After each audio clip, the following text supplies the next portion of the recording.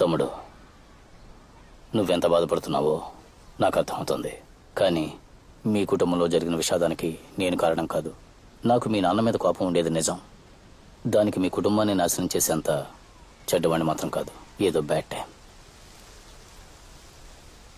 నీకేదైనా సహాయం కావాలంటే ఏ టైం అయినా సరే తప్పకుండా నాకు కాల్ చేయి. అది చెప్పి వెళ్దామని వచ్చాను. ఉంటాను తమ్ముడు.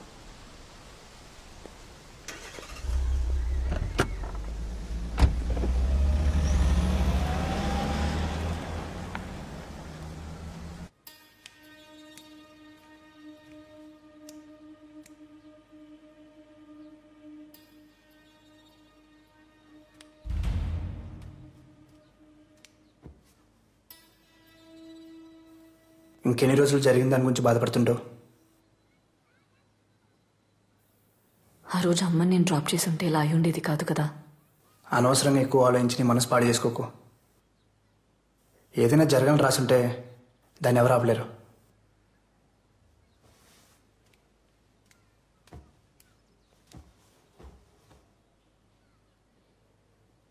నువ్వు నార్మల్ అవ్వాలి, మళ్ళీ హాస్పిటల్కి వెళ్ళాలి. మీ అమ్మగారు ఉండుంటే ఇదే కోరుకునేవారు కదా.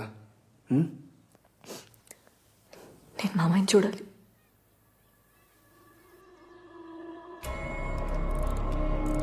He's fine. ఇంకో 2 daysలో నార్మల్ వర్క్ షిఫ్ట్ చేస్తాం. ప్రస్తుతానికి ఆయన డిస్టర్బ్ చేయకుండా ఉంటే మంచిది.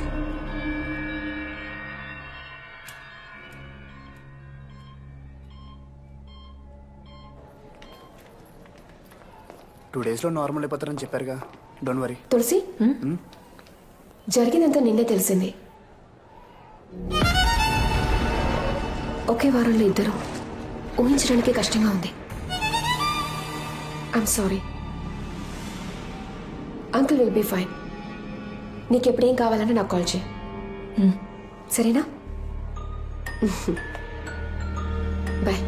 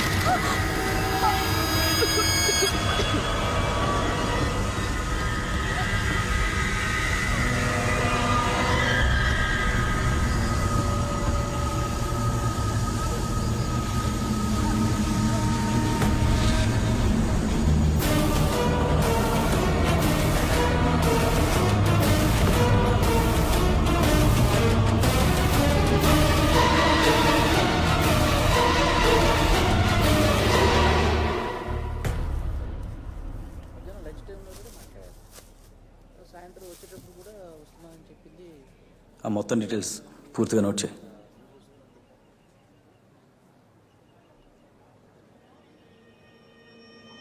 సార్, మీరు ఇక్కడేం చేస్తున్నారు? తను మాకు ఎన్నో సంవత్సరాల నుంచి తెలుసు. మా ఫ్యామిలీ డాక్టర్. నిన్నే హాస్పిటల్ కూడా కలిసాం. ఏమైందో తెలీదు, సడన్గా న్యూస్ చూసి షాక్ అయ్యాం.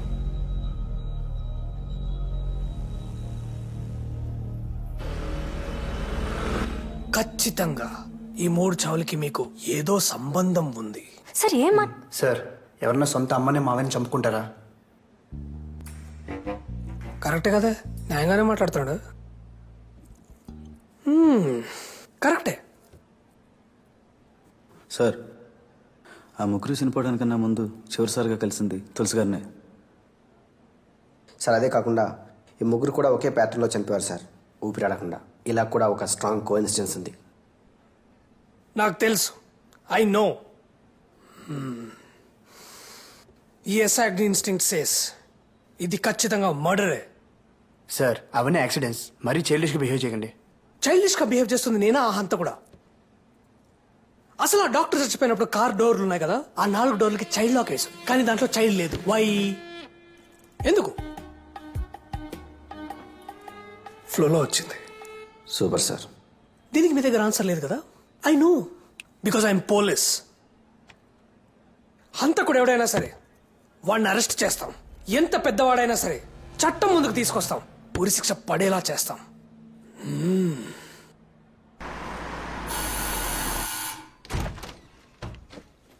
మావయ్య ఎలా ఉన్నారు? బాగున్నానమ్మా. ఆరోగ్యం ఎలా ఉంది? బాగుంది. పర్వాలేదు కదా? ఎప్పుడు డిశ్చార్జ్ అయ్యారు? ఈ రోజే. చెప్పాల్సింది కదా అంకుల్, పికప్ చేసుకోవడానికి వచ్చేవాళ్ళని. ఏం పర్లేదు బాబు. నేను అర్జెంట్గా సైట్కి వెళ్ళాలి, మీరు మాట్లాడుతూ ఉండండి. బాయ్. ఎవరు చేసిన పాపమో మన కుటుంబాన్ని అతలాకుతలం చేసింది. బాలస్వామను పూజారు ఉన్నారు, ఆయనతో పరిహారం చేద్దాం. వద్దు మావయ్య, కృష్ణకి ఇలాంటివన్నీ నచ్చవు. మీరు చిన్నపిల్లలు, కొన్ని విషయాలు మీకు అర్థం కావు. ఇవన్నీ మన పరిధిలో లేని సంగతులు. బాలస్వామి ఇంటికొచ్చి యాగం చేస్తే చాలు, మనల్ని పీడిస్తున్న దుష్టశక్తులని మనల్ని విడిచి వెళ్ళిపోతాయి.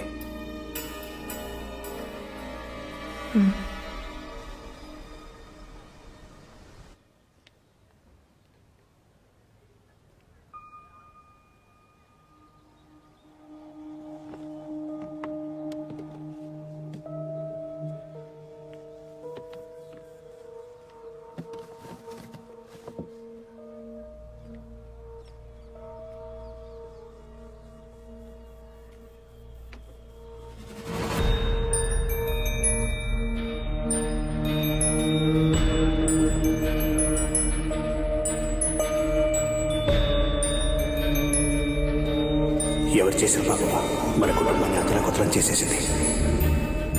ఈ ముగ్గురు కూడా ఒకే ప్యాటర్న్లో చనిపోయారు సార్, ఊపిరాడకుండా. ఇలా కూడా ఒక స్ట్రాంగ్ కోఇన్సిడెన్స్ ఉంది. అసలు ఆ డాక్టర్ చచ్చిపోయినప్పుడు కార్ డోర్లు ఉన్నాయి కదా, ఆ 4 డోర్లకి చైల్డ్ లాక్ వేసు, కానీ దాంట్లో చైల్డ్ లేదు. వై? డ్రైవర్ ఏమైంది? డోర్ లాక్ అయింది. చైల్డ్ లాక్ అయింది మేడం.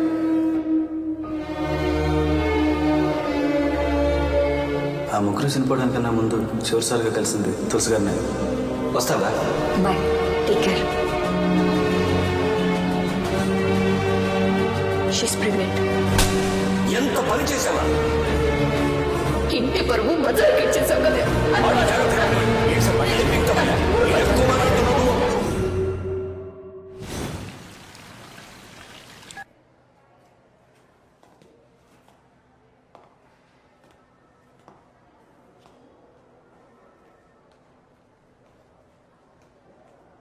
జరిగింది ఏదో జరిగిపోయింది, మనం గొడవపడి ప్రయోజనం లేదు.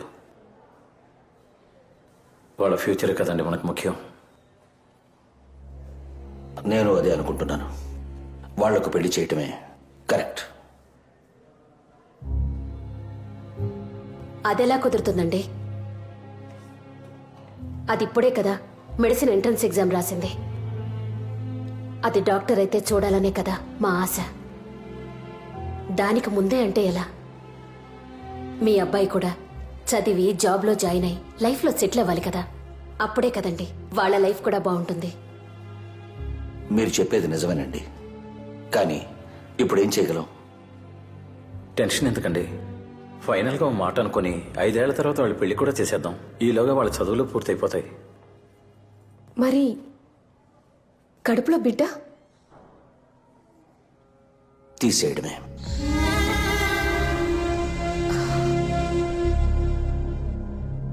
అవును, తీసేయడమే. అబార్షన్ చేయడమే కరెక్ట్.